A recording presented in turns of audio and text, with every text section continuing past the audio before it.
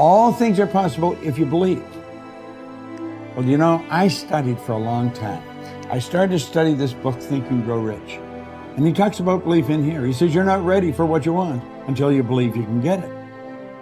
I found that the only two sources of reference we could go to find out anything about ourselves is science and religion.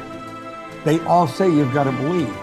So I kept figuring out, how do you believe? How do you change a belief? Interesting subject, because I'm going to tell you something. Your results are nothing but the manifestation of your belief system. Well, our belief system, now listen carefully, is based upon our evaluation of something. And frequently when we reevaluate a situation, our belief about that situation will change. Seeing yourself make a decision at that point to be resilient, to keep at it, to see the charge come back on your face, to see yourself working through the struggle is the most important visualization you can do. What would you say to yourself when it sucks? Not just see yourself validated. It's about, look, the real truth of achieving any dream is that struggle, that effort, that push. Every time that you have fallen on your face, or you've tried something and failed, or you've gone out and thought you found the love of your life, and then your heart's broken, and then you pick yourself up again, and then you dust yourself, you're building confidence the entire time, because confidence is not built on the high days. Confidence is built on the low ones. Confidence is built when you are struggling.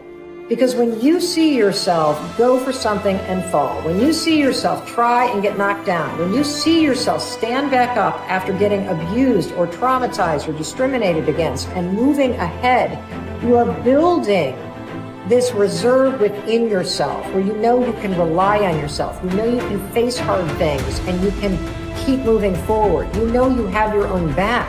So it's in there. Your life has been helping you build it. Now you gotta just dig in and tap into it and use it to shut that critic up in your head. If you fall down 100 times in a day, what does it matter?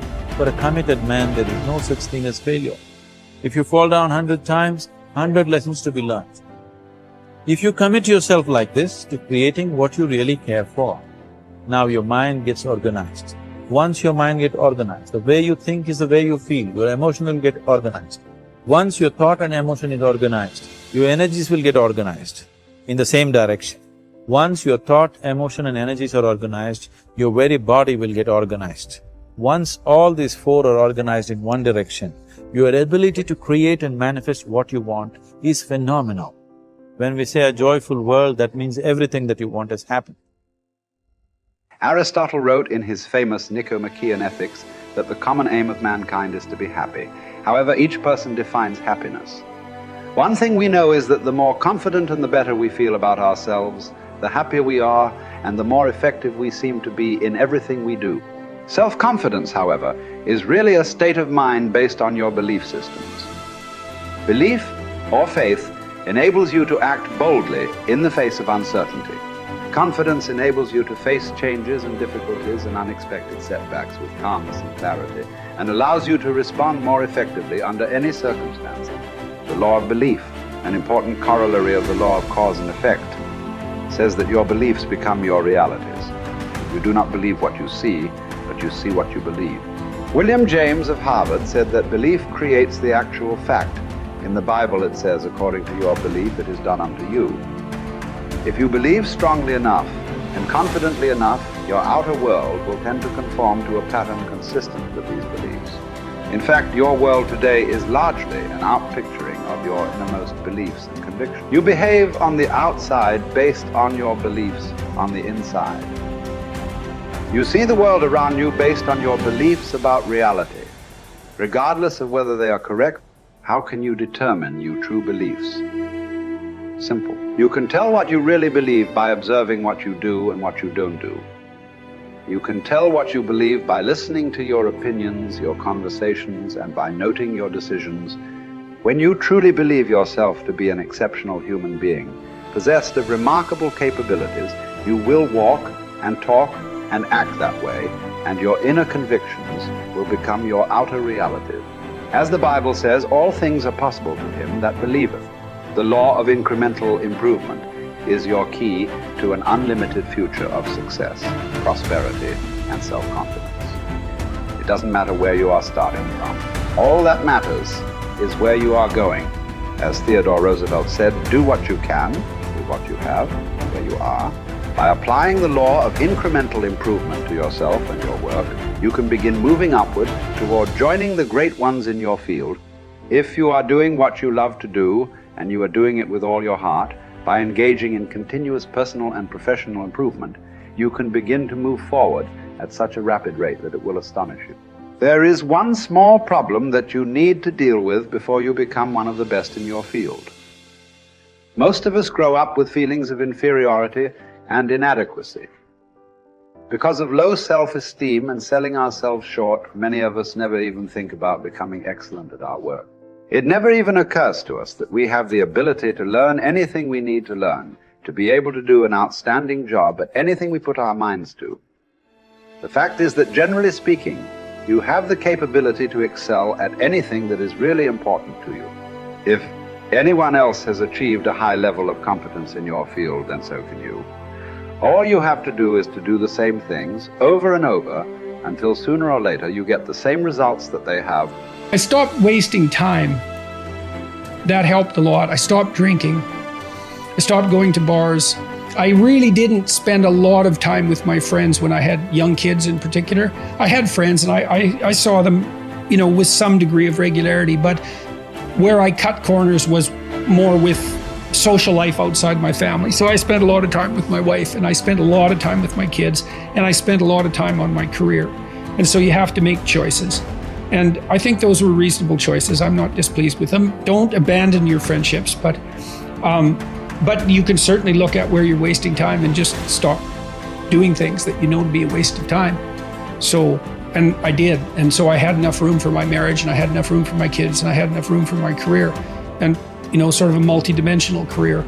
And it was always a challenge to me too, to see how efficient I could get. I concentrated on my marriage and making time for it. I concentrated on spending time with my kids consciously, and I concentrated on developing my career. Those were the three elements of my life. And I had some time left over for creative pursuits and for friends, but most of it was a matter of getting rid of time wastes of any sort, and I just pushed that out of my life, day after day until I wasn't wasting any time, or virtually no time. And, I've asked my undergraduates frequently how much time they waste per day, and general estimates are like 6 to 8 hours of time they regard themselves as wasting. Like, that's a whole career right there, right? So if you just stop wasting time, you can do a tremendous amount, especially if you also try to maximize efficiency. And I always found that incredibly motivating. A motivating game. How much can I do in the least amount of time possible? That's fun to try to do that, as far as I'm concerned. I know, that's maybe undoubtedly a temperamental thing, but if you're wired that way, that's a great meta strategy. Become efficient. Results is the name of the game. What other game is there? And I'm telling you, if you'll start with that, it's called the process of life change, and it doesn't matter how small the process is to start. One discipline starts it, and then one discipline feeds another, and the first thing you know, you've got this whole cycle in an upward positive motion. And it's called life change. It's called income change. It's called health change. Relationship with your family change. Equities unprecedented that you can have in numbers that will stagger the imagination if you do not curse what's available and start amending what's possible to get the results that you want. I don't think I can put it in any better.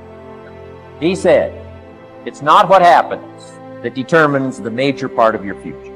It's not what happens. What happens to us all. He said the key is what you do about it. It's not what happens, it's what you do about it. And he said if you will start that process of change, do something different the next 90 days than you did the last 90 days, like picking up the books to read. Do something different, like the new health disciplines, relationship with your family, whatever it is, doesn't matter how small it is. You'll start doing different things with the same circumstances. Since we cannot change the circumstances, but we can change ourselves. We can change what we do.